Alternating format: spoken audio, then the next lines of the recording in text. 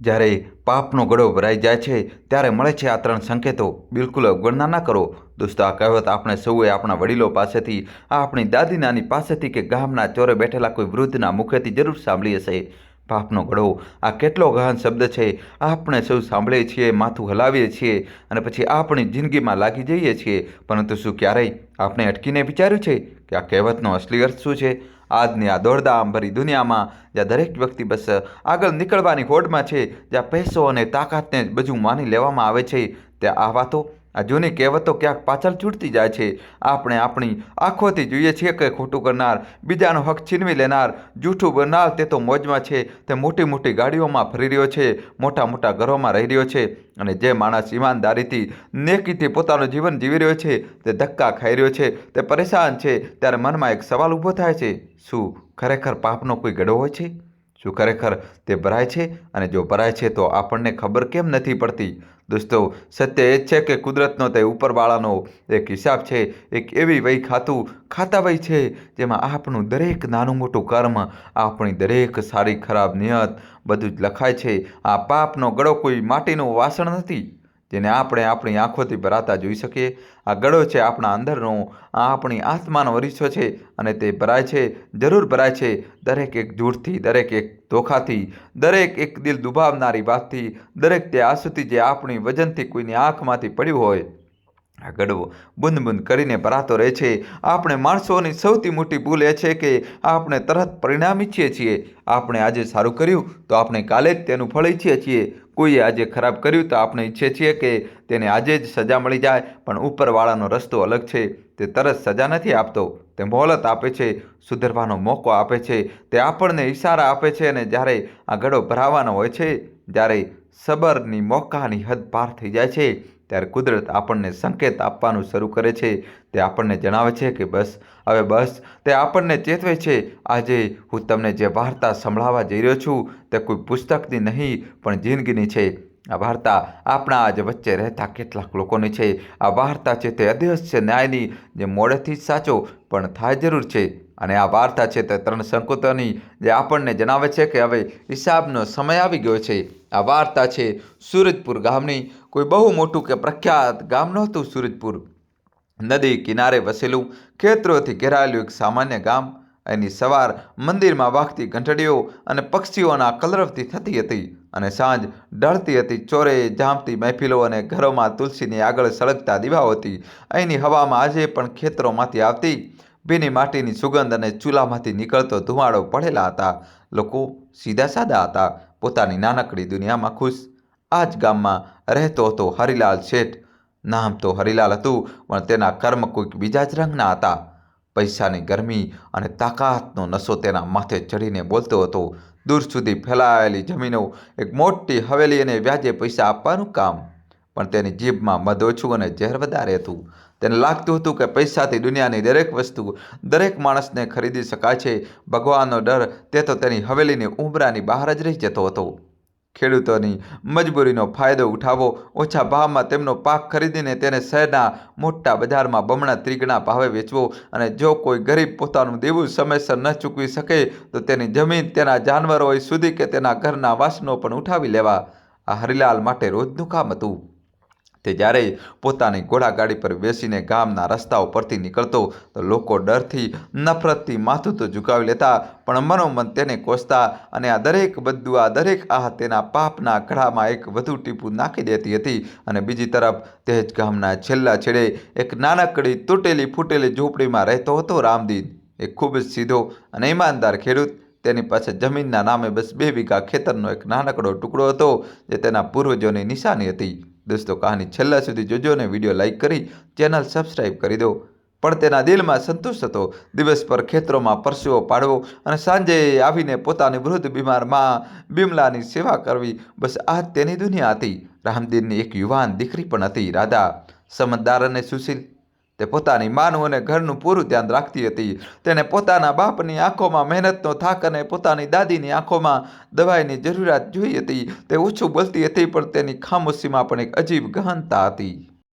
તે વર્ષે ભગવાને એવી પરીક્ષા લીધી કે સૌ હલી ગયા. વરસાદ થયો જ નહીં. આકાશ જાણે ગામવાળાઓથી રીસાઈ ગયું હતું. સૂરજ આગ વરસાવી રહ્યો હતો.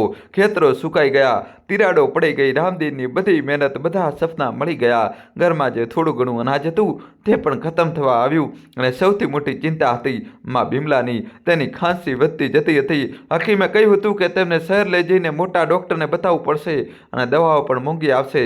રામદેવ પાસે કોઈ રસ્તો ન બચ્યો. તે દરેક જગ્યાએ ગયો, દરેકની આગળ હાથ લંબાવ્યો, પણ આ દુકાળની માર બધા પર પડી હતી. કોણ કોની મદદ કરે?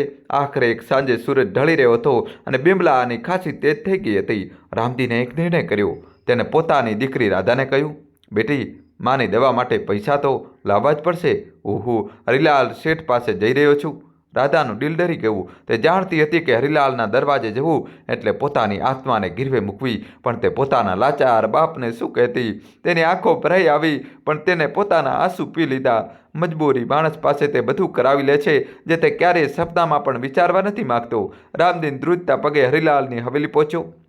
બહાર ઊભેલા દરબારે તેને એમ જોયો જાણે કોઈ ગંદો કીડો હવેલીમાં ઘૂસી આવ્યો હોય. અંદર હરિલાલ પોતાના મખમલી ગાદલા પર બેસીને ચાંદીના ગ્લાસમાં શરબત પી રહ્યો હતો. રામદીને હાથ જોડીને કહ્યું, શેઠજી, મારી મા ખૂબ બીમાર છે. ઘરમાં અનાજનો એક દાણો નથી. કંઈક મદદ કરી દો.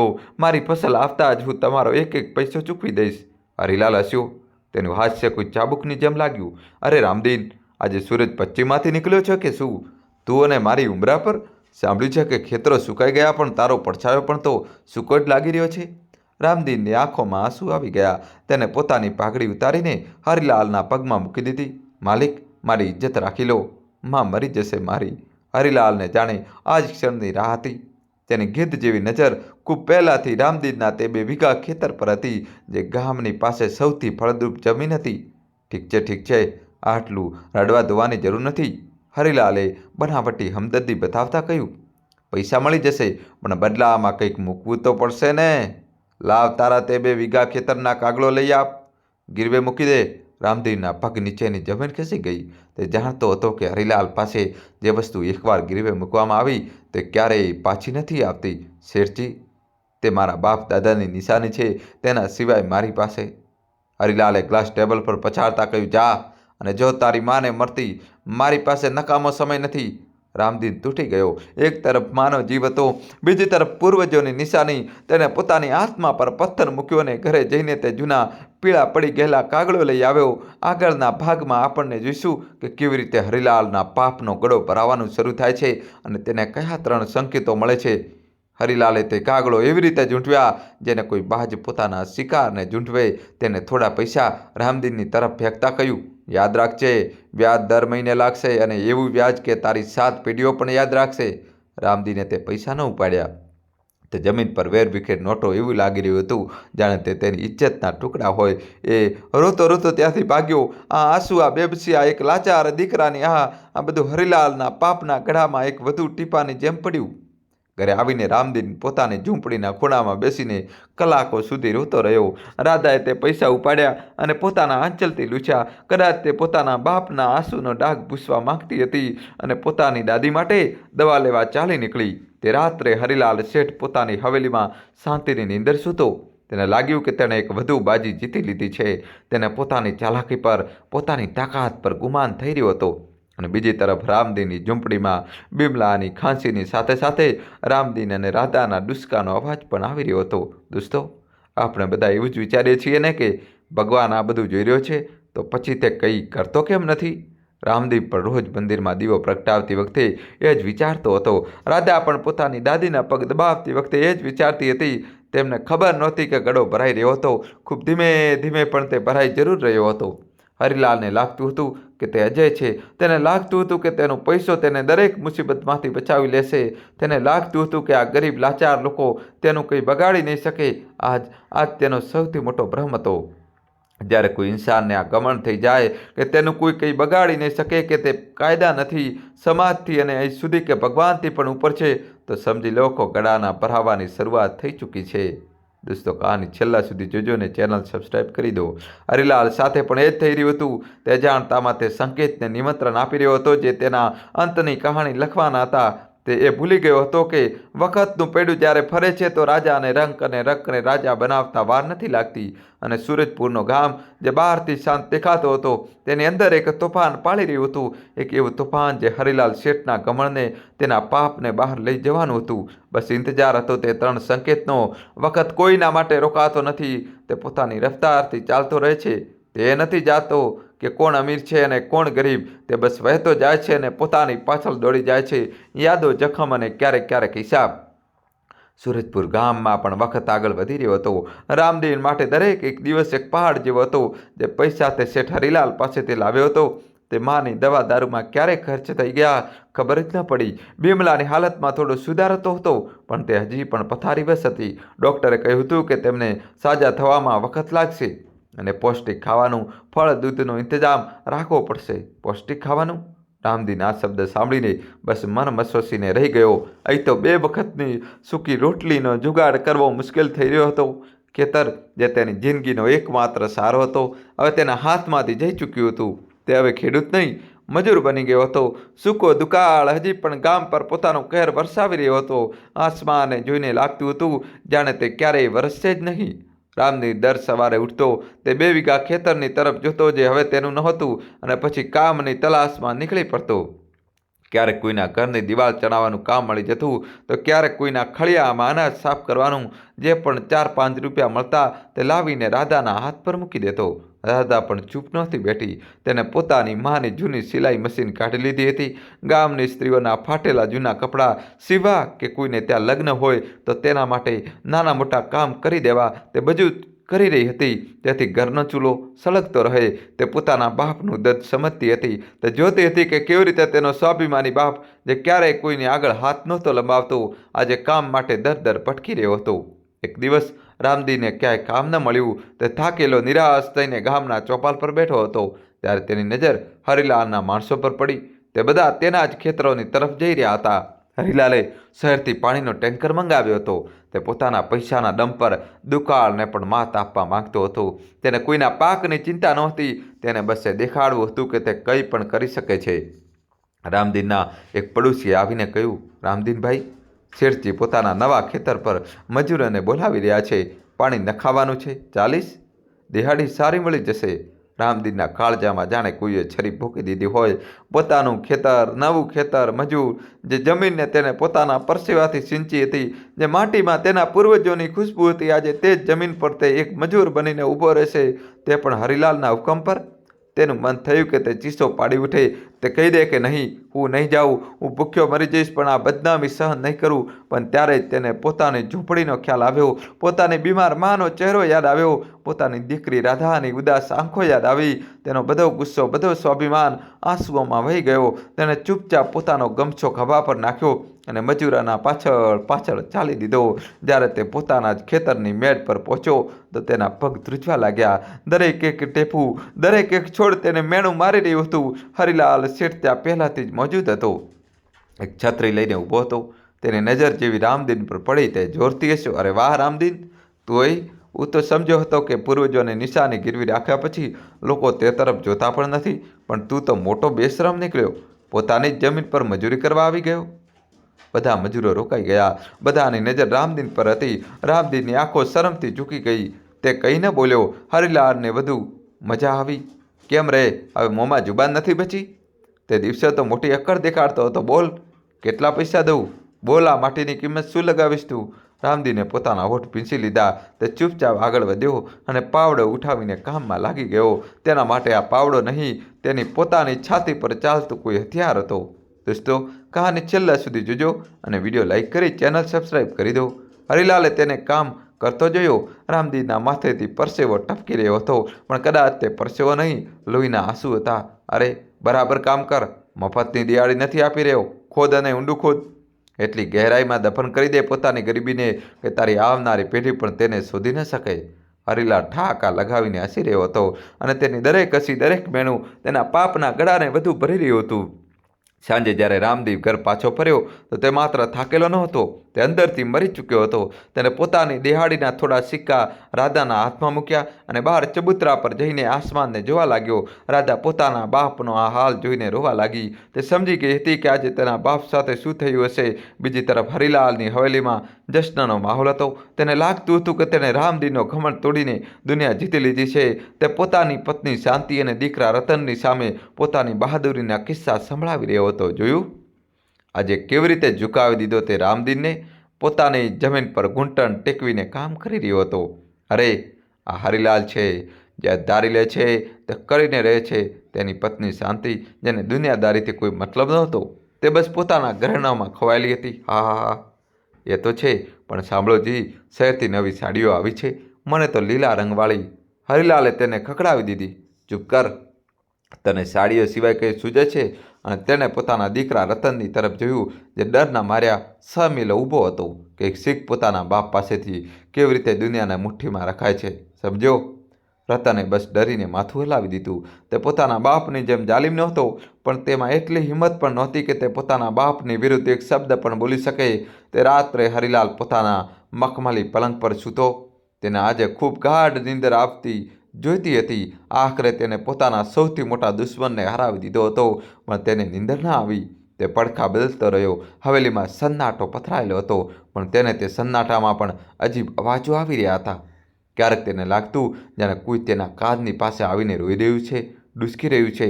ક્યારેક તેને લાગતું જાણે કોઈ પાવડો ચલાવી રહ્યું છે, માટી ખોદી રહ્યું છે. ખૂરજ ખૂરજ. તે ઉઠીને બેસી ગયો. તેનું દિલ જોરથી ધડકી રહ્યું હતું. તેને ખિડકીમાંથી બહાર જોયું. ચાંદની રાત હતી. બહાર પહેરેદાર સૂઈ રહ્યો હતો. બધું શાંત હતું. મારો વહેમ હશે, તેને પોતાની જાતને કહ્યું. દિવસ પરની થાક છે. તે ફરી સૂઈ ગયો. પણ જેવો તેણે આંખો બંધ કરી, તેને રામદીનનો ચહેરો દેખાયો. તે જ ઝૂકેલી આંખો, તે જ પરસેવાથી લથપથ ચહેરો, તે જ બેબસી. હરિલાલે ઝટકાથી આંખો ખોલી દીધી. તેને ગુસ્સા આવ્યો. એક મામૂલી ખેડૂતની એટલી હિંમત કે તે શેઠ હરિલાલની નીંદર ખરાબ કરે. તે ઉઠ્યો. તેને સુરાઈમાંથી પાણી પીધું. પોતાના રૂમમાં આંટા મારવા લાગ્યો. તેની નજર તે તિજોરી પર પડી જેમાં રામદીનના ખેતરના કાગળો રાખ્યા હતા. દોસ્તો, કહાની છેલ્લા સુધી જોજો અને ચેનલ સબસ્ક્રાઈબ કરી દો. તેની તિજોરી ખોલી. તે કાગળોને કાઢ્યા. તેમને સ્પર્શ કર્યા. તેમને સૂંઘ્યા. તેને લાગ્યું હવે શાંતિ મળશે, પણ તેને શાંતિ ન મળી. તેને તે કાગળોમાંથી રામદીનના પરસેવાની દુર્ગંધ આવી રહી હતી. તેને તે કાગળો પર રામદીનના આંસુઓના ડાઘ દેખાઈ રહ્યા હતા.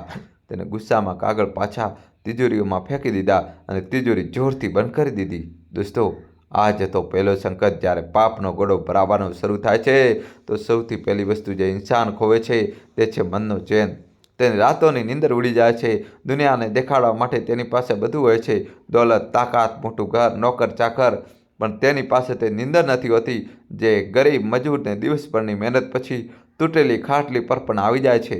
ઇન્સાનને લાગે છે કે આ બસ થાક છે, કોઈ ચિંતા છે, પણ તે એ નથી સમજતો કે આ તેના પોતાના જ કર્મ છે, જે હવે તેને સુવા નથી દેતા. આ તે લોકોની આ છે જેમનું તેને દિલ દુભાવ્યું છે. આ તે કુદરતની પહેલી ચેતવણી છે કે સંભાળી જા, ગળો ભરાઈ રહ્યો છે. હરિલાલે આ સંકેતને અવગણી દીધો. તેને લાગ્યું કે આ બધું ફાલતુ વાતો છે. આવતી સવાર તે ઉઠ્યો અને તેણે નિર્ણય કર્યો કે તે રામદીનને સતાવશે. વખત વીતતો ગયો. વ્યાજ પર વ્યાજ ચડતું ગયું. હરિલાલનો તકાદો વધતો ગયો. રામદીન અને રાધા દિવસ રાત મહેનત કરતા, પણ તે વ્યાજની રકમના આસપાસ પણ નહોતા પહોંચી શકતા. અને પછી એક દિવસ હરિલાલ પોતાના મુનિમ અને તે લઠેતો ગુંડાઓને લઈને રામદીનની ઝૂંપડી પર પહોંચી ગયો. કે અમરે રામદીન, આજે 3 મહિના પૂરા થઈ ગયા. લાભ કાર્ડ મારા પૈસા વ્યાજની સાથે. રામદીન તેના પગમાં પડી ગયો. શેઠજી, અરે એમ કરો, આ દુકાળમાં ક્યાંથી લાવું એટલા પૈસા? થોડી વધુ મહેનત આપી દો. મહેનત? હરિલાલ હસ્યો. તારા પૂર્વજોની જમીન ગીરવે રાખીને પણ તારું પેટ ન ભરાયું. હવે શું પોતાની દીકરીને ગીરવી રાખીશ? આ સાંભળતા જ રાધા જે અંદર પોતાના માના પગ દબાવી રહી હતી, ગુસ્સામાં બહાર નીકળી. શેઠજી, પોતાની જુબાન સંભાળીને વાત કરો. અમે ગરીબ છીએ, પણ બેઇજ્જત નથી. હરિલાલને આની આશા નહોતી. એક મામૂલી છોકરી તેને આંખ દેખાડે? તેનો પારો ચડી ગયો. અરે, આની એટલી હિંમત! બાપ તો પહેલાં જ ઝૂકી ગયો, હવે દીકરી જુબાન ચલાવશે. તેને પોતાના લઠેતો ગુંડાઓને ઇશારો કર્યો. ગુસ્સો અંદર, જે કંઈ પણ મળે ઉઠાવી લાવો. વાસણ, અનાજ, આ ખાટલી, બધું જ. ગુંડાઓ ઝૂંપડીમાં ઘૂસવા લાગ્યા. રામદીન તેમને રોકવા માટે દોડ્યો તો એક લઠેતે તેને ધક્કો મારીને પાડી દીધો. ઝૂંપડીની અંદરથી બિમલાનો નબળો અવાજ આવ્યો. તે પોતાની દીકરીનું નામ પુકારી રહી હતી. ત્યારે અંદરથી વાસણ પડવાનો અવાજ આવ્યો. રાધાએ ચીસો પાડી, નહીં, મારી માની દવા છે તેમાં. બિમલા જે ચાલવાની હાલતમાં નહોતી, પોતાની દીકરીની ચીસ સાંભળીને ઢસડાતી ઝૂંપડીના દરવાજા સુધી આવી ગઈ. તેના હાથમાં પાણીનો એક લોટો હતો. તેને દ્રુત હાથે લોટો હરિલાલની તરફ વધાર્યો. શેઠ, ભગવાનના નામ પર અમને બક્ષી દો. અમે તારા પૈસા ચૂકવી દઈશું. પણ મારી બચ્ચીને તે ખૂબ ખરાબ રીતે ખાંસી રહી હતી. દોસ્તો, કહાની હજુ બાકી છે, જોડાયેલા રહેજો. જબરજસ્ત કહાનીમાં ટ્વિસ્ટ આવશે. ચેનલને સબસ્ક્રાઈબ કરી દો અને મિત્રો વિડીયોને લાઈક કરી દો. હરિલાલને તે વૃદ્ધ લાચાર સ્ત્રી પર જરા પણ દયા ના આવી. તેનો ગમન આસમાન પર હતો. તેને લાગ્યું કે આ બધું નાટક કરી રહ્યા છે. આટ બુટ્ટી, તે ચીસ પાડ્યો, અહીં નાટક ન કર. તારો દીકરો નકામો છે અને તારી પોતરી જુબાન ચલાવે છે. તમે બધા આ જ લાયક છો. અને આ કહેતા હરિલાલે તે કરી દીધું જેણે તેના પાપના ગળાને લબાલબ ભરવાની નજીક પહોંચાડી દીધું. તેને બિમલાના હાથમાં પકડેલા તે પાણીના લોટા પર જોરથી લાત મારી. લોટો છટકીને દૂર જઈ પડ્યો. પણ હરિલાલ એટલા પર જ ન રોકાયો. તેણે બિમલાને પણ જોરથી ધક્કો મારી દીધો. રસ્તામાંથી હટ. બિમલા નબળી તો હતી જ. તે ધક્કો સંભાળી ન શકી. તેનું માથું ઝૂંપડીની ચોખટના પથ્થરથી જઈને ટકરાયું. ખટાક! એક પળ માટે બધું જ થંભી ગયું. બિમલાના માથામાંથી લોહીની એક પાતળી ધાર વહેવા લાગી. તેની આંખો પથ્થર જેવી થઈ ગઈ. માં, દાદી, રામદીન અને રાધાની ચીસો એક સાથે નીકળી. ગામના લોકો જે દૂર ઊભા તમાશો જોઈ રહ્યા હતા તેમની પણ રૂહ કાપી ગઈ. એક બીમાર વૃદ્ધ સ્ત્રી પર હાથ ઉઠાવવો આ પાપની હદ હતી. હરિલાલ પણ એક પળ માટે શૂન્ય રહી ગયો. તેને આશા નહોતી કે બુદ્ધિ પડી જશે, પણ તેનો ઘમંડ તરત તે ડર પર હાવી થઈ ગયો. આ બધું નાટક છે, મને ડરાવવાની કોશિશ ન કરો. તેને પોતાના અવાજને કડક કરતાં કહ્યું, મુનિમ, આના ઘરનો બધો સામાન જપ્ત કરી લો અને રામદીન, આજથી આ ઝૂંપડી પણ મારી થઈ. કાલ સવાર સુધીમાં આ જગ્યા ખાલી થઈ જવી જોઈએ. દોસ્તો, કહાની છેલ્લા સુધી જોજો અને વિડીયો લાઈક કરી ચેનલ સબસ્ક્રાઈબ કરી દો. રામદીન અને રાધાને કંઈ સંભળાઈ નહોતું રહ્યું. તે બંને બિમલાના બેજાન શરીરથી લપેટાઈને રોઈ રહ્યા હતા. હરિલાલ ત્યાંથી અકડીને ચાલી ગયો, જાણે તેને કોઈ કિલ્લો ફતેહ કરી લીધો હોય. પણ તે રાત્રે હરિલાલ શેઠ સૂઈ ન શક્યો. પહેલો સંકેત જે માત્ર બેચેની અને નિંદરના આવાજ સુધી સીમિત હતો, હવે તેણે પોતાનું અસલી રૂપ દેખાડવાનું શરૂ કરી દીધું હતું. જેવી હરિલાલે પોતાની આંખો બંધ કરી, તેને બિમલાનો તે પથ્થર જેવો ચહેરો દેખાયો. તેને પોતાના કાનોમાં તે ખટાકનો અવાજ સંભળાયો. તે અવાજ જ્યારે બિમલાનું માથું પથ્થરથી ટકરાયું હતું. તેને પોતાના પગ પર તે પાણીના લોટાની ઠંડક મહેસૂસ થઈ જેને તેને લાત મારી હતી. તે ચીસ મારીને ઉઠી બેઠો. તેનું આખું શરીર પરસેવાથી ભીંજાઈ રહ્યું હતું. પાણી, પાણી! તે ચીસો પાડ્યો. નોકર દોડતા આવ્યા, પણ જેવો નોકર તેને પાણીનો ગ્લાસ આપ્યો, હરિલાલને તે ગ્લાસ બિમલાના હાથનો તે લોટો લાગ્યો. નહીં, આ નહીં, લઈ જાઓ આને! તે ચીસ પાડ્યો. તે પાગલ જેવો થઈ ગયો. તે હવેલીમાં આમથી તેમ ભાગવા લાગ્યો. તેને દરેક ખૂણામાં બિમલા ઊભેલી દેખાઈ હતી. તેને દરેક ખામોશીમાં રામદીન અને રાધાનો રોવાનો અવાજ સંભળાતો. તેને પોતાના પહેરેદારોને બોલાવ્યા. તમે બધા સૂઈ રહ્યા હતા? હવેલીમાં કોઈ ઘૂસ્યું છે? મને અવાજો આવી રહ્યા છે. પહેરેદારોએ આખી હવેલી શોધી નાખી. ત્યાં કોઈ નહોતું. હરિલાલનું ડર હવે વહેમ નહોતો રહ્યો, તે હકીકત બની ચૂક્યો હતો. તેનું પોતાનું પાપ, તેની પોતાની ક્રૂરતા હવે એક છાયા બનીને તેની સાથે રહેવા લાગી હતી. આ બીજો સંકેત નહોતો, આ પહેલા સંકેતનું જ ભયાનક રૂપ હતું. જ્યારે ઇન્સાનનું કરેલું પાપ તેની આંખોની સામે નાચવા લાગે, જ્યારે તેને પોતાની જ પરછાઈથી ડર લાગવા લાગે, જ્યારે તેને લાગે કે તે એકલો છે અને ચારે તરફ તેના દુશ્મન છે, તો સમજો કુદરતે તેને બીજો મોકો પણ આપી દીધો છે. પણ હરિલાલ તે હવે પણ ન સમજ્યો. તેને લાગ્યું કે આ રામદીનનો કરેલો કોઈ જાદુ ટોણો છે. તેને આ સંકેતને પણ અવગણી દીધો. તેને નહોતી ખબર કે જે ગળાને તે આટલા ગુમાનથી ભરી રહ્યો હતો, હવે તેમાં એક ટીપાની પણ જગ્યા નહોતી બચી.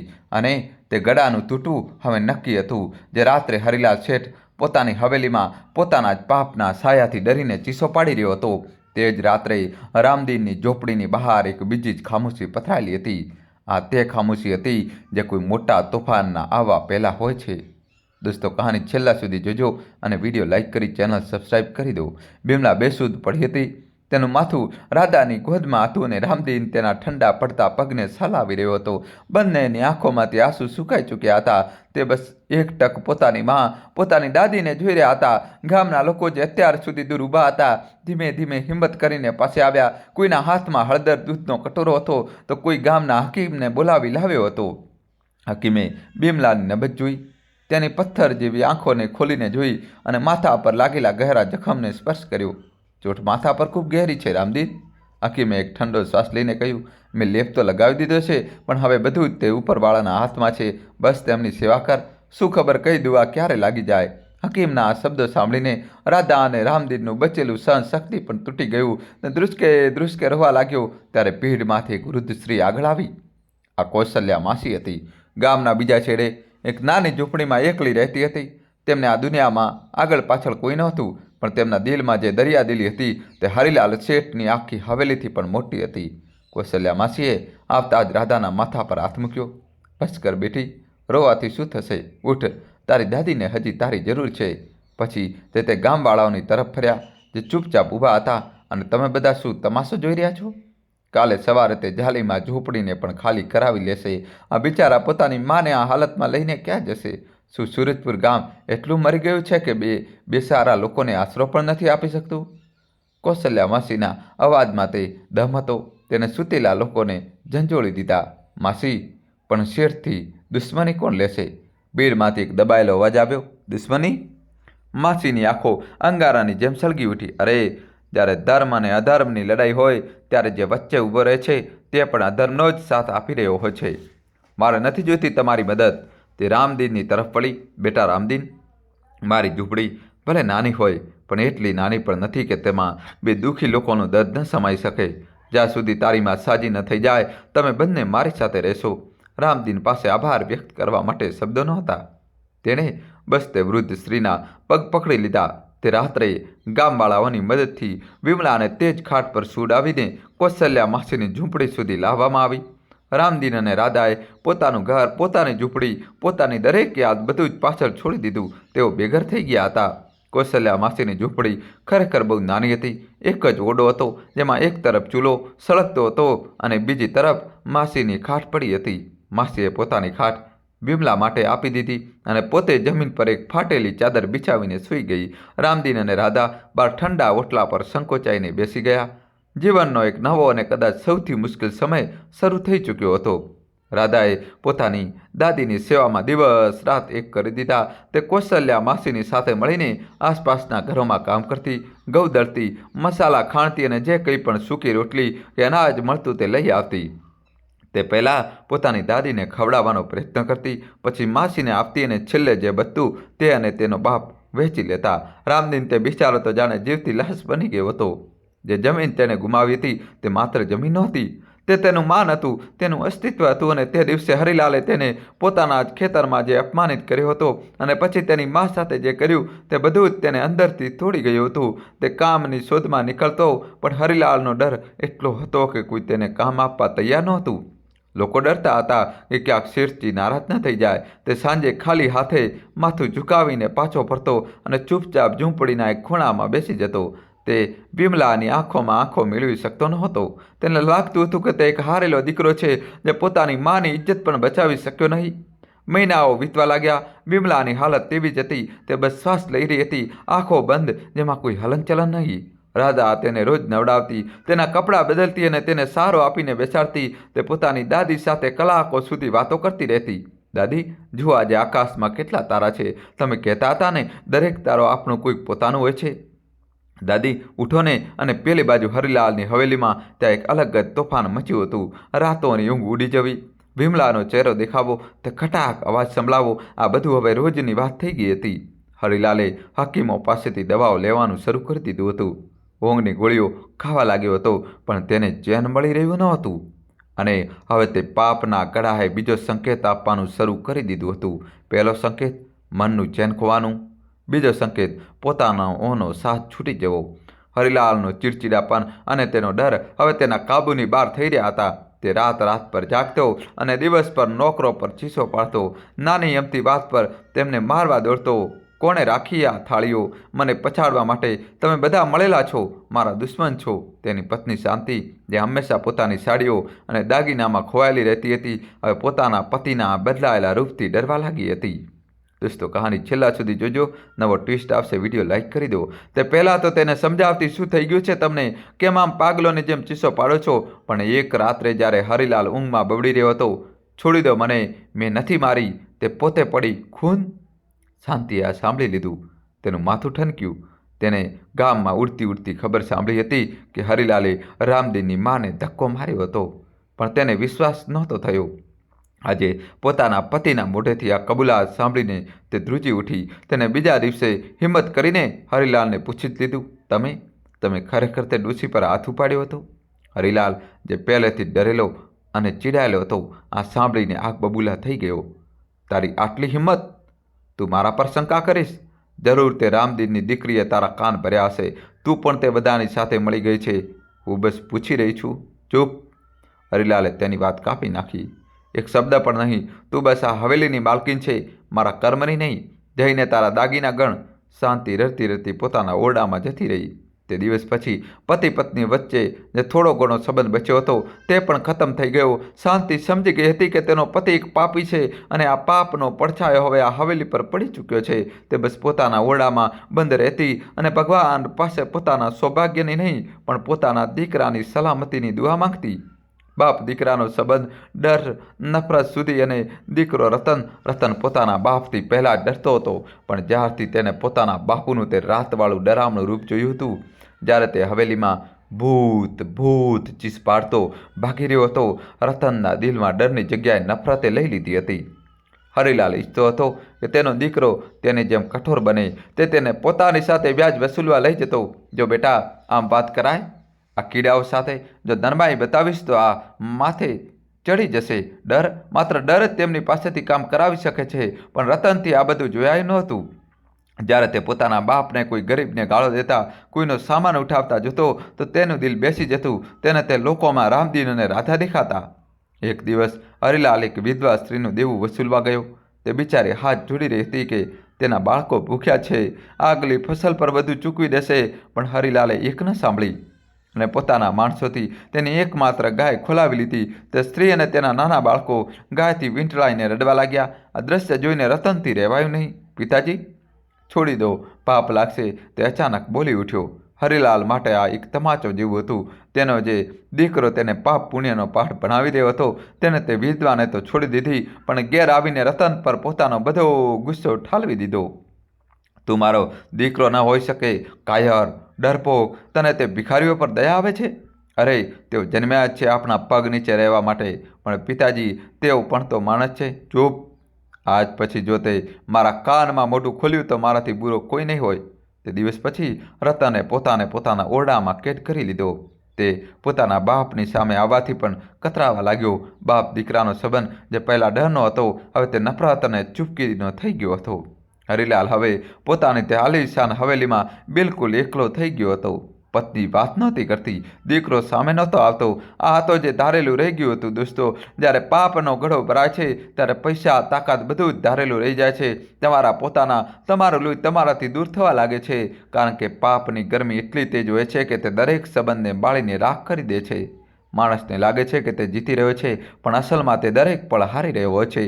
તે લોકોને નહીં, પોતાના સંબંધોને ખોઈ રહ્યો હોય છે. પણ ગમનમાં ડૂબેલા હરિલાલને આ ચેતવણી પણ સમજાય નહીં. તેને લાગ્યું કે તેની પત્ની નાસમજ છે અને દીકરો કાયર. મને કોઈની જરૂર નથી, તે ખુદથી કહેતો. મારો પૈસો મારી સાથે છે. હું પૈસાથી નવા નોકર, નવા દોસ્ત બધું જ ખરીદી લઈશ.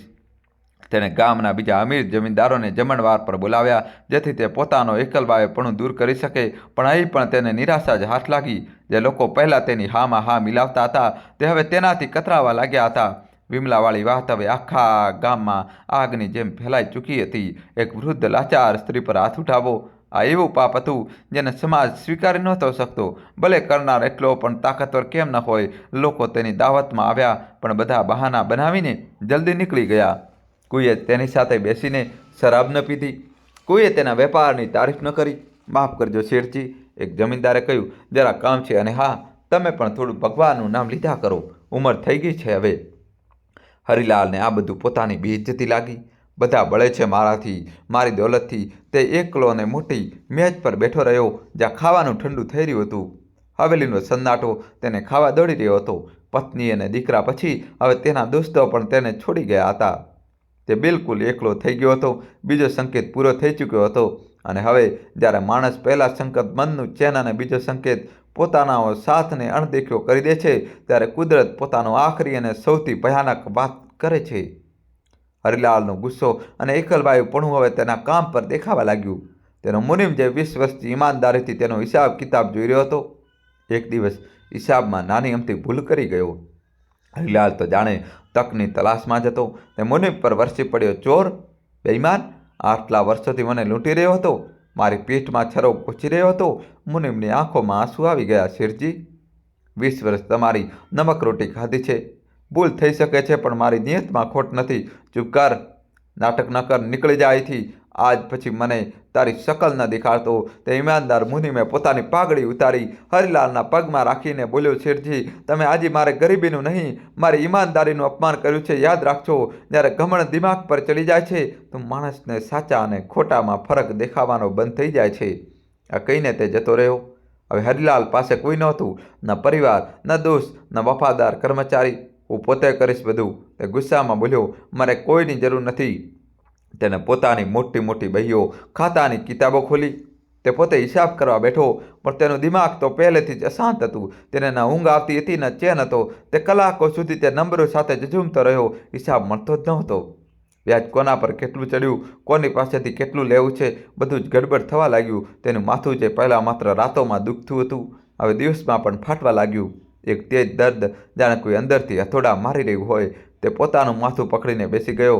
આ ત્રીજા સંકેતની શરૂઆત હતી. જ્યારે પાપનો ગળો છલકાઈ જાય છે તો પહેલી વાર મન પર થાય છે, બીજો સંબંધ પર અને ત્રીજો માણસના તન, શરીર અને ધન દોલત પર થાય છે. હરિલાલની દોલત, જેના પર તેને સૌથી વધુ ગુમાન હતો, હવે તેનો હિસાબ કિતાબ તેનાથી સંભળાઈ રહ્યો નહોતો. અને તેનું શરીર, જેને તે લોઢાનું માનતો હતો, હવે તે પાપનો બોજ ઉઠાવવાનો ઇનકાર કરી રહ્યું હતું. કુદરતનો ખેલ શરૂ થઈ ચૂક્યો હતો. તેનું સામ્રાજ્ય, જેને પણ તે પાપની નીંવ પર ઊભું કર્યું હતું, હવે પડી ભાગવાની કગાર પર હતું. તે બસ એક આખરી ધક્કાની જરૂર હતી. દોસ્તો, કહાની છેલ્લા સુધી જોજો. નવો ટ્વિસ્ટ આવશે. તમારા ભાઈ માટે મિત્રો ચેનલને સબસ્ક્રાઈબ કરી દો. તે જે માથાનો દુખાવો શરૂ થયો હતો, તે હવે માત્ર માથાનો દુખાવો નહોતો રહ્યો. તે હરિલાલના દિમાગ પર કબજો કરી ચૂકેલો એક દુશ્મન બની ગયો હતો. પહેલાં આ દર્દ માત્ર રાતોમાં ઉઠતું હતું, જ્યારે શાંતિ હતી, પણ હવે તેને શાંતિ કે અવાજથી કોઈ ફરક નહોતો પડતો. તે 24 કલાક એક ન રોકાનારી ખીલીની જેમ તેના માથાની વચ્ચોવચ્ચ ઠોકાતો રહેતો. એવું લાગતું હતું કે જાણે હજારો કીડીઓ તેના દિમાગની અંદર સળવળી રહી હોય. તે પોતાની હવેલીના લાંબા ચોડા ઓરડામાં એક જાનવરની જેમ ચક્કર કાપતો. ક્યારેક પોતાના વાળ નોચતો, ક્યારેક દિવાલ પર માથું પછાડવાની કોશિશ કરતો. બંધ કરો આ અવાજ, તે નોકરો પર ચીસ પાડતો. ત્યારે હવેલીમાં સન્નાટા સિવાય કંઈ નહોતું. કોણે વગાડ્યો તે લોટો? બંધ કરો. ગામમાં હકીમે તો પહેલાં જ હાથ ઊંચા કરી દીધા હતા. શેઠજી, આ રોગ શરીરનો નથી, આ તમારા મનનો વહેમ છે. તેનો ઈલાજ મારી પાસે નથી. કોઈની આહ લાગી છે તમને. જેનું દિલ દુખાવ્યું છે તેની માફી માંગી લો. કદાચ થોડું ચેન મળી જાય. માફી? અને હું હરિલાલ? દફા થઈ જા. તે હકીમ પર ગુસ્સો થયો હતો. પૈસા લે છે દવાના અને મને ધર્મકર્મનો પાઠ બનાવે છે. શહેરથી મોટા મોટા ડૉક્ટરો બોલાવવામાં આવ્યા. તેમની ગાડીઓ હવેલીના દરવાજા પર ઊભી રહેતી. તેઓ અંદર આવતા, પોતાની મોંઘી મશીનોથી તપાસ કરતા. હરિલાલ તેમને ઘૂરીને જોતો, જાણે તે કોઈ કસાઈ હોય. કંઈ નથી, ડૉક્ટરો અંદરો અંદર વાત કરતા. શરીર તો લોટા જેવું છે, બસ દિમાગમાં કોઈ ફિતૂર બેસી ગયો છે. તે ઊંઘની મોંઘી ગોળીઓ, તાકાતની દવાઓ લખી દેતા. હરિલાલ મુઠ્ઠીઓ ભરી ભરીને તે ગોળીઓ ખાવા લાગ્યો. પણ ઊંઘ, તે તો જાણે તેની હવેલીનો રસ્તો જ ભૂલી ગઈ હતી.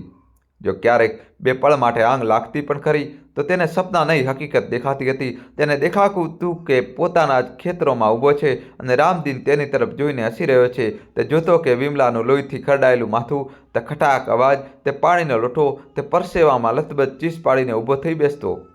તેનો તે રોબદાર ચહેરો, જેના પર હંમેશા ઘમંડ અને ક્રૂરતા ઝલકતી હતી, હવે પીળો પડી ચૂક્યો હતો. ગાલ બેસી ગયા હતા, આંખો અંદર ઘસી ગઈ હતી. તે અરીસામાં પોતાની શકલ જોતો તો પોતે જ ડરી જતો. આ હું ન હોઈ શકું.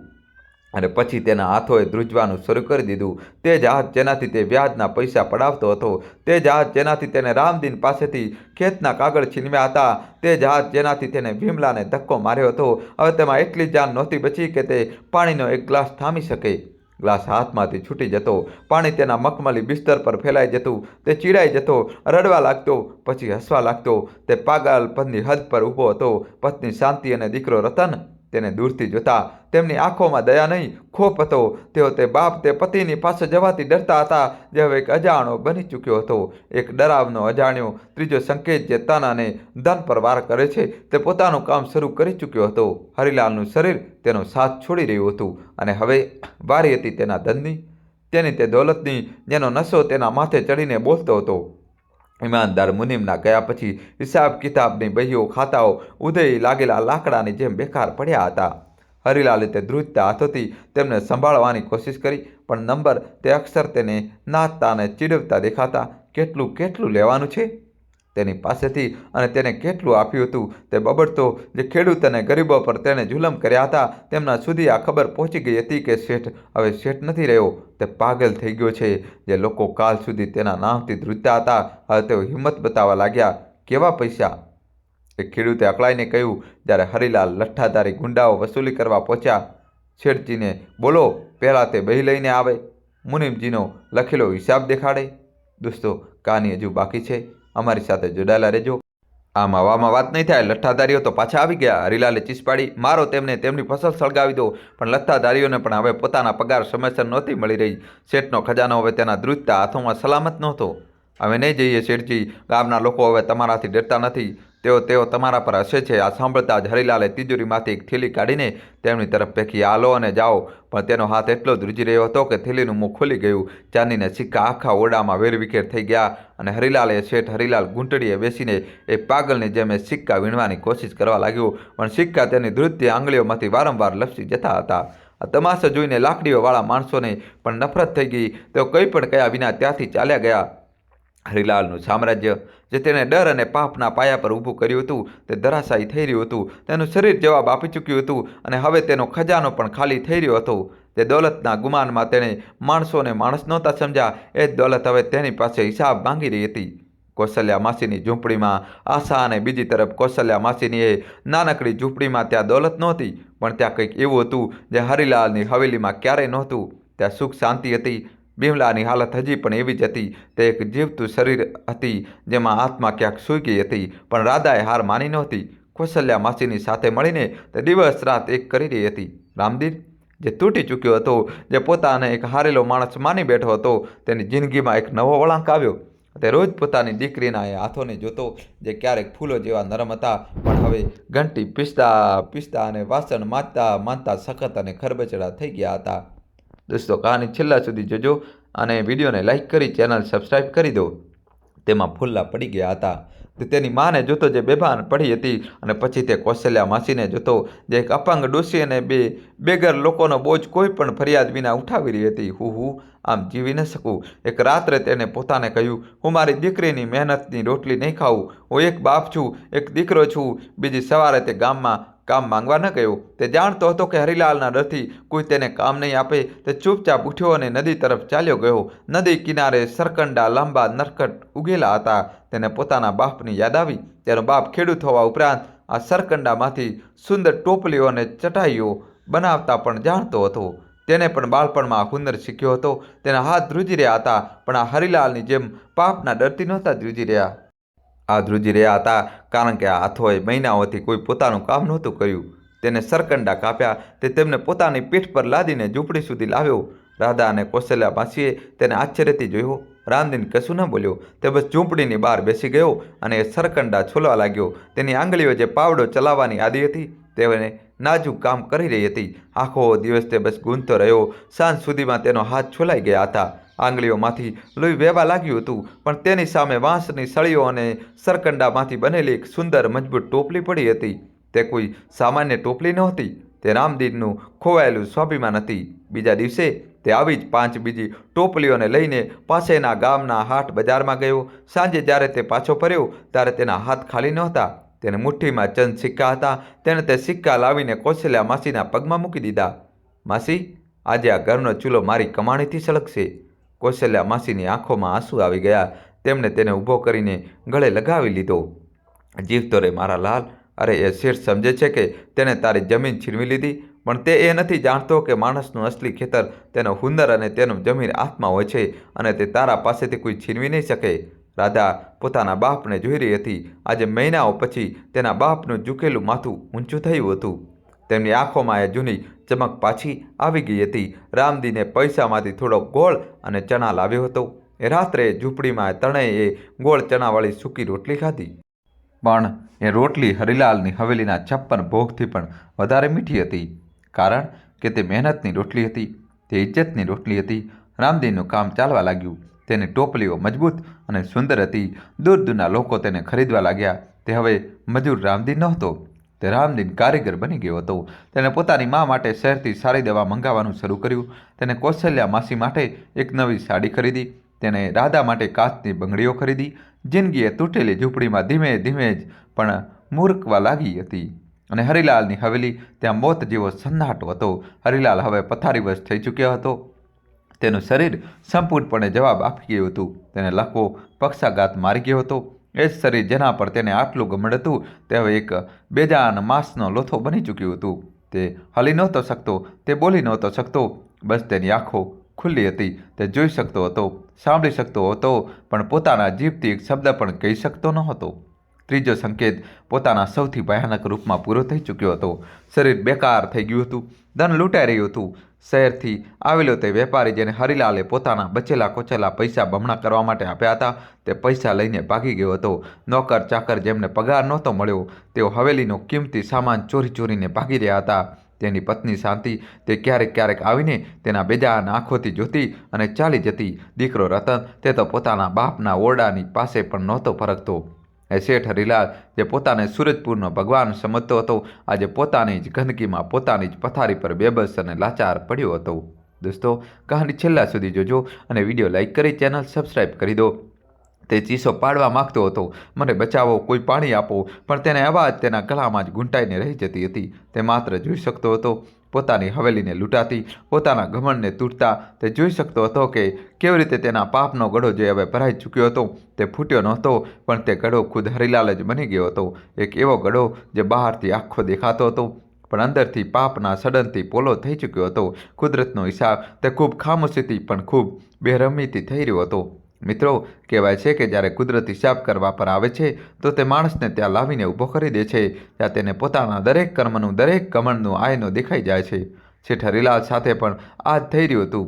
એ હવેલી જે ક્યારેક સુરજપુર ગામમાં તેની તાકાત અને તેના રૂઆબનો પુરાવો હતી, તે હવે એક ભૂતિયા ખંડેરમાં બદલાઈ ગઈ હતી.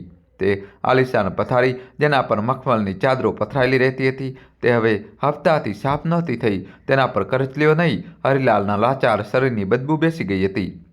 એ શેઠ હરિલાલ જેનો એક ઈશારો પામતા જ નોકરોની ફોજ દોડી પડતી હતી, તે આજે એકલો પડ્યો હતો. લકવાએ તેના શરીરને તો માર્યો જ હતો, પણ અસલમાં તેણે તેની આત્માને કેદ કરી દીધી હતી.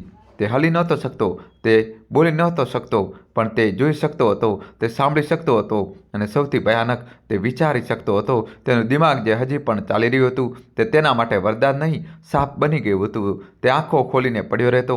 તેને પોતાના જ ઓરડાની છત પર બિમલાનો એ લોહીથી લથપથ ચહેરો દેખાતો. તેને કાનોમાં રામદીનના રડવાનો અવાજ નહીં, પણ પોતાની જે ઠાકેવાળી હસી સંભળાતી, જે તેણે રામદીનને અપમાનિત કરતી વખતે મારી હતી. તે ચીસો પાડવા માગતો હતો, મને માફ કરી દો, પણ તેની જીભ જેને એટલું ઝેર વક્યું હતું, એટલા જૂઠ બોલ્યા હતા, આજે તે તાળવે ચોંટીને રહી ગઈ હતી. તે હાથ ઊંચો કરવા માગતો હતો, કોઈ મને પાણી આપી દો, પણ એ હાથ જેને એક ડોશીને ધક્કો માર્યો હતો, જેને ગરીબોના મોંમાંથી કોળિયો છીનવ્યો હતો, આજે તે બેજાન લાકડીના ટુકડાઓની જેમ તેના શરીરની સાથે પડ્યા હતા. આ હતો કુદરતનો અસલી ન્યાય. એ નર્ક જેના વિશે આપણે માત્ર કિસ્સા કહાણીઓમાં સાંભળીએ છીએ. હરિલાલ તેને પોતાની જીવતી આંખોથી પોતાની જ મખમલી પથારી પર જીવી રહ્યો હતો. તેનું ધન જે નોકર ચાકર બચ્યા હતા તેઓ સમજી ગયા હતા કે શેઠ હવે ફરીથી ઉઠવાનો નથી. હવેલીનો કિંમતી સામાન, ચાંદીના વાસણો, રેશમી ગાલીચા બધું એક એક કરીને ગાયબ થઈ રહ્યું હતું. તે પોતાની આંખોથી પોતાની હવેલીને લૂંટાતી જોઈ રહ્યો હતો, પણ તે કંઈ કરી નહોતો શકતો. તેની પત્ની શાંતિ તે હવે તેના ઓરડામાં નહોતી આવતી. તે હવેલીના બીજા ખૂણામાં પૂજા ઘરમાં પડી રહેતી હતી. કદાચ તે પોતાના પતિના કરેલા પાપો માટે ભગવાન પાસે માફી માંગી રહી હતી, કે કદાચ તે એ માણસથી દૂર ભાગી રહી હતી જેનો અંજામ જોઈને તેની રૂહ કાપી ગઈ હતી. અને દીકરો રતન તે એક દિવસ આવ્યો, પોતાના બાપની પથારી પાસે ઊભો રહ્યો. હરિલાલની આંખોમાં એક પળ માટે આશા જાગી. દીકરો, મારો દીકરો મને બચાવશે. પણ રતને કશું ન કહ્યું. તેની આંખોમાં ન તો નફરત હતી, ન પ્રેમ. તેની આંખો ખાલી હતી. પિતાજી, તે રૂંધાયેલા અવાજમાં બોલ્યો, હું જઈ રહ્યો છું હંમેશા માટે. હું તમારી જેમ નથી બનવા માગતો. હું એ પૈસાને હાથ પણ નથી લગાવવા માગતો જે તમે લોકોની આહ લઈને કમાયા છે. કદાચ ક્યાંક બીજે જઈને મહેનતની રોટલી ખાઈને હું મારા નામ સાથે લાગેલા તમારા પાપને ધોઈ શકું. રતન ચાલ્યો ગયો. હરિલાલની ખુલ્લી આંખોમાંથી બે આંસુ ટપકી પડ્યા. આ પશ્ચાતાપના આંસુ નહોતા, આ ગમણના આંસુ હતા, જે આજે પોતાના જ ખૂન સંતાનથી હારી ગયો હતો. બીજો સંકેત પોતાનાઓનો સાથ છટવો આજે પોતાના આખરી મુકામ પર પહોંચી ગયો હતો. અને પછી એ દિવસ આવ્યો જ્યારે ત્રીજો સંકેત પણ પૂરો થઈ ગયો. શરીર તો જઈ જ ચૂક્યું હતું, હવે ધનનું આખરી નિશાન પણ મીટવાનું હતું. જે શહેરના મોટા વેપારીઓ પાસેથી હરિલાલે કરે જ લઈને પોતાનું કામ વધાર્યું હતું, તેમને ખબર મળી ગઈ હતી કે શેઠ દેવાળીઓ થઈ ગયો છે. એક સવારે હવેલીની બહાર બગ્ગીઓ આવીને ઊભી રહી, પણ આ વખતે તેમાં ડૉક્ટર નહીં, સરકારી અફસરો આવ્યા હતા. શેઠ હરિલાલ પર બેંકનું ઘણું કરજ છે, તેમણે ચૂકવ્યું નથી. આ હવેલીની અને તેમના બધા સામાનની નીલામી થશે. નોકરો જે હરિલાલને ઉચકીને નબળાવતા દોડાવતા હતા, તેમને હવે આ બેજાન શરીરમાં કોઈ ફાયદો ન દેખાયો. તેઓ પણ ભાગી ગયા. હરિલાલ પોતાની પથારી પર પોતાની જ ગંદકીમાં 2 દિવસ સુધી પડ્યો રહ્યો, ભૂખ્યો તરસ્યો. જ્યારે નીલામીવાળા લોકો આવ્યા તો તેમણે એ બદબૂદાર ઓરડાનો દરવાજો ખોલ્યો. અરે, આ તો જીવતો છે! એક અફસરે નાક પર રૂમાલ મૂકતા કહ્યું, ચાલો તેને બહાર કાઢો, આ પથારી પર નીલામ થશે. 2 લોકોએ હરિલાલને કોઈ બોરીની જેમ ઉંચકો અને હવેલીની બહાર એ ધૂળવાળા આંગણામાં જ્યાં ક્યારેક તેની બગ્ગીઓ ઊભી રહેતી હતી, ત્યાં એક ફાટેલી ખાટલી પર લાવીને પટકાવ્યો. શેઠ હરિલાલ આજે પોતે નીલામ થનારા સામાનનો એક ઉત્સવ બની ગયો હતો. દોસ્તો, કહાની છેલ્લા સુધી જોજો, નવો ટ્વિસ્ટ આવશે. વિડીયો લાઇક કરીને તમારા ભાઈ માટે મિત્રો ચેનલ સબસ્ક્રાઈબ કરી દો. આંગણામાં ગામના લોકો ભેગા થવા લાગ્યા. એ લોકો જેમને ક્યારેક હરિલાલે પોતાની હવેલીની ઉંમર પર ઊભા પણ નહોતા થવા દીધા, આજે તે બધા અંદર ઊભા હતા. તેઓ તમાશો જોઈ રહ્યા હતા. કોઈ હસી નહોતું રહ્યું, કોઈ મહેણું નહોતું મારી રહ્યું. બધાની આંખોમાં એક અજીબ ડર હતો. ઉપરવાળાના ઇન્સાફનો ડર. જોયું? કોઈ ડોશી ફૂસફૂસાઈ કહેતા હતા ને, પાપનો ગળો ભરાય છે. જુઓ આજે કેવી રીતે ફૂટ્યો છે. નીલામી શરૂ થઈ ગઈ. આ ચાંદીનો ગ્લાસ 10, આ મખમલી ગાડલું 50. હરિલાલની આંખો સામે તેની જિંદગીભરની કમાણી કોડીઓના ભાવે લૂંટાઈ રહી હતી. તે આંખો બંધ કરવા માગતો હતો, પણ તેની પાપણો પણ જાણે તેનો સાથ આપવાનો ઇનકાર કરી ચૂકી હતી. ઝૂંપડીમાં જીવનનું સ્મિત, અને બીજી તરફ કૌશલ્યા માસીની એ નાનકડી ઝૂંપડીમાં ત્યાં એક અલગ જ સવાર થઈ હતી. રામદીનની ટોપલીઓ હવે દૂર દૂરના કસ્બાઓ સુધી જવા લાગી હતી. તેના હુંદરની ઇજ્જત થવા લાગી હતી. તેના ઘરમાં હવે 2 ટંકની રોટીનો સંકટ નહોતો. ત્યાં સંતોષ હતો. રાધા, જે આટલા મહિનાઓથી એક જીવતી લાશની સેવા કરી રહી હતી, આજે પણ પોતાની દાદી બિમલાના માથા પાસે બેઠી હતી. તે બિમલાના બેજાન પગમાં તેલની માલિશ કરી રહી હતી અને તેની સાથે વાતો કરી રહી હતી. દાદી, જુઓ, બાબા આજે ફરી શહેર ગયા છે, તમારા માટે નવી દવા લાવશે. દાદી, હવે તો આંખો ખોલો, તમારી રાધા થાકી ગઈ છે.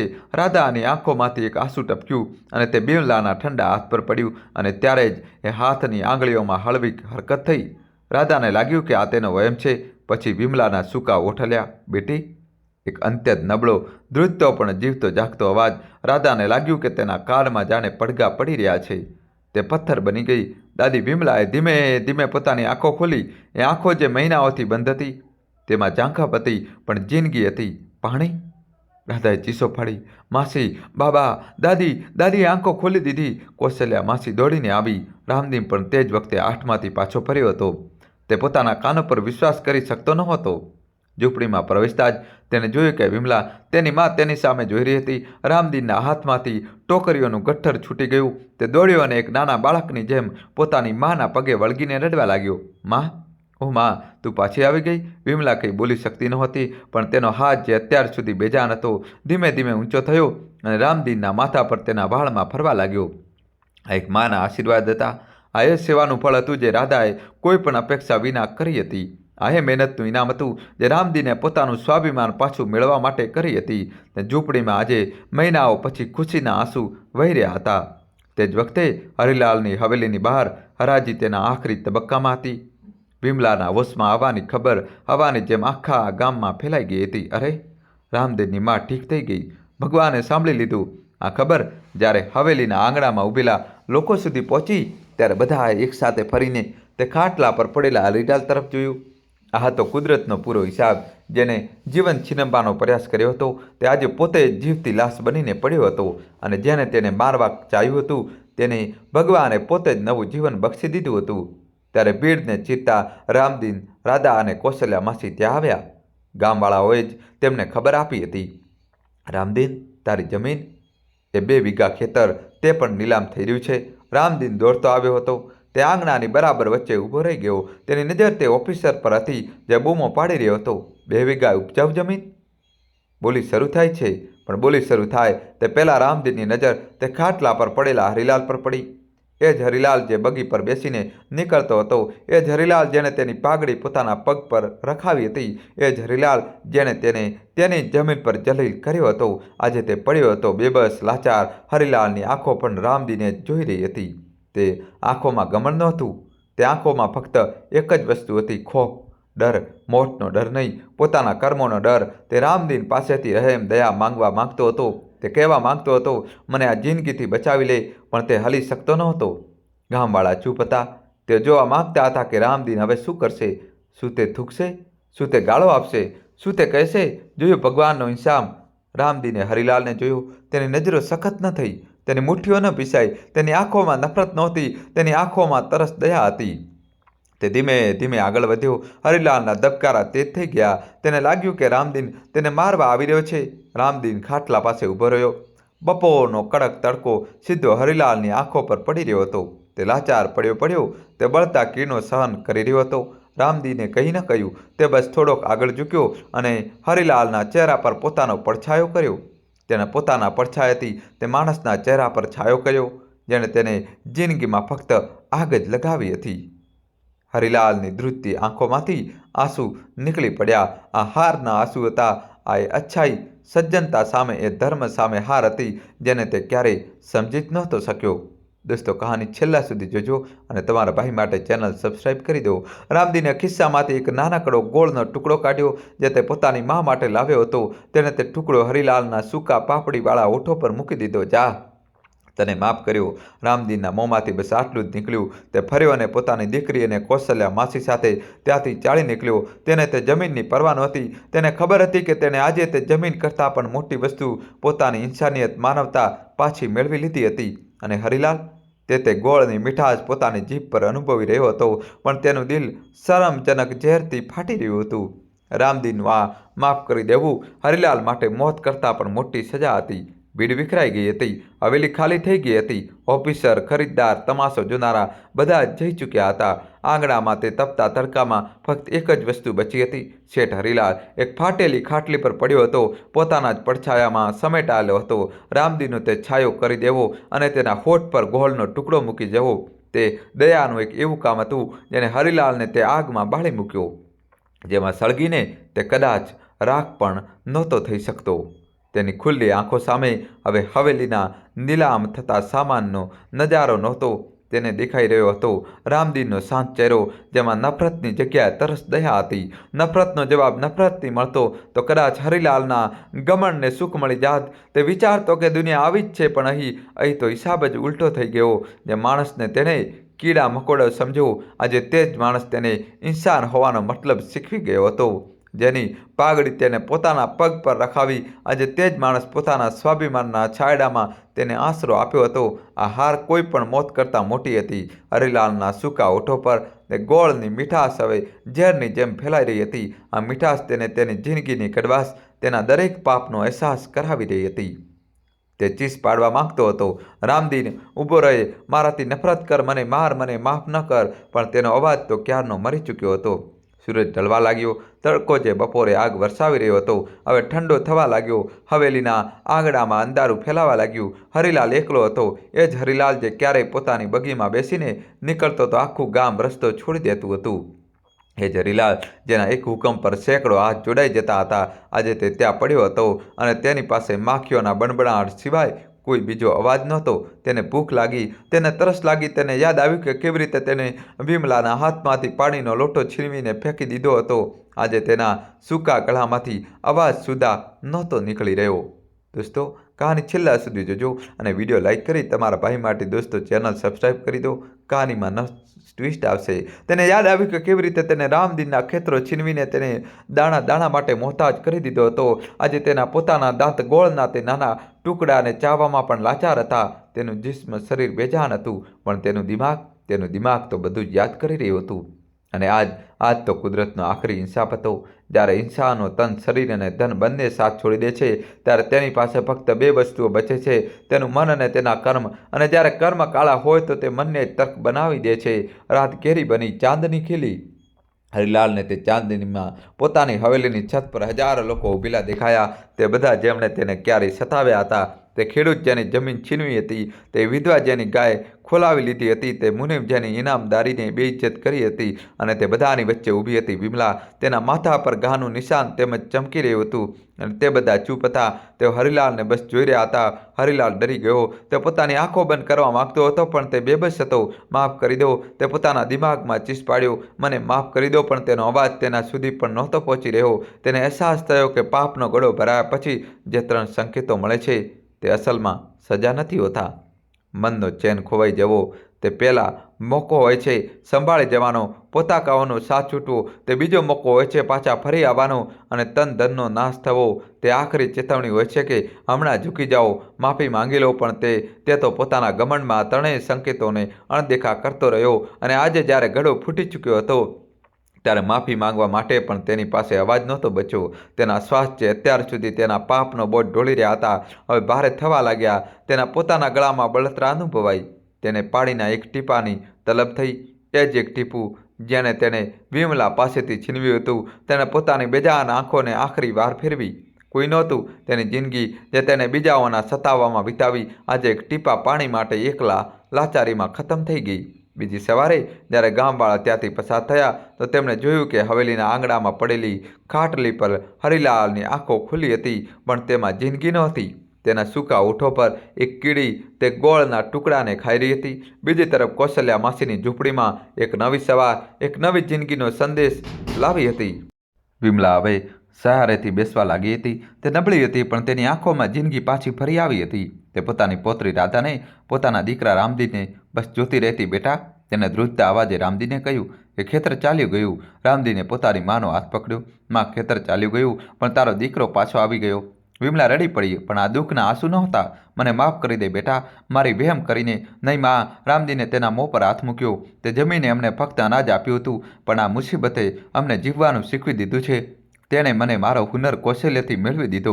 તેણે મને રાધાની તાકાત બતાવી, અને તેણે મને કૌશલ્યા માસીની જેવી માં આપી. કૌશલ્યા માસી જે ચૂલા પર રોટલી શેકી રહી હતી, હસી દીધી. વખત વીત્યો. રામદીના હુનરે તેને એટલી ઇજ્જત અને એટલો સંતોષ આપ્યો જેટલો તે 2 વીઘા ખેતરે ક્યારેય નહોતો આપ્યો.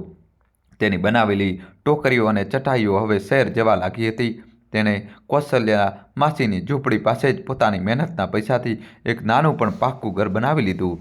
રાધાએ ગામના ગરીબ બાળકોને ભણાવવાનું શરૂ કરી દીધું. તેની ખામોશી હવે જ્ઞાનની રોશનીમાં બદલાઈ ગઈ હતી. અને વિમલા તે પોતાના નવા ઘરના આંગણામાં બેસીને પોતાની પોતરીને બાળકોને ભણાવવા જોતી અને પોતાના દીકરાને હુનરનું કામ કરવા જોતી. ગામવાળા હવે રામદીનને બિચારો નહીં, પણ રામદીન ભાઈ કહીને બોલાવતા હતા. તેઓ તેની સલાહ લેવા આવતા. રામદીનભાઈ, તમે તો હરિલાલને માફ કઈ રીતે કરી શક્યા? તેને તો તમારા સાથે. રામદીન હસ્યો. ભાઈઓ, સજા આપવી અમારું કામ નથી, તે કામ ઉપરવાળાનું છે. અમારું કામ છે બસ આપણું કર્મ કરવું. જો હું તેને માફ ન કરત તો મારામાં અને તેનામાં ફરક શું રહી જાત? તેણે જે કર્યું તે તેના પાપનો ગળો હતો. મેં જે કર્યું તે મારા ધર્મનો રસ્તો હતો. ગળો તેનો ભરાયો, તે ફૂટ્યો. રસ્તો મારો હતો.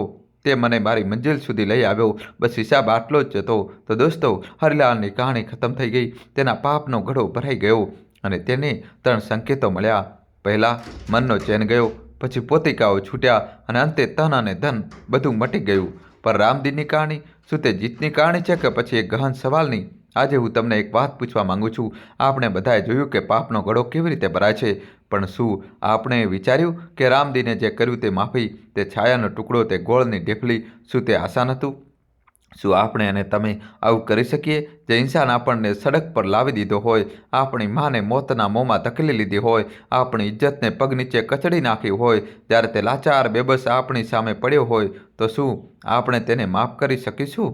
શું આપણે તેના બળતા ચહેરા પર પોતાના પડછાયાનો છાયો કરી શકીશું? આજ તે સવાલ છે જે આ કહાણીનો માત્ર એક કહાણી નહીં, પણ જિંદગીનો આયનો બનાવી દે છે.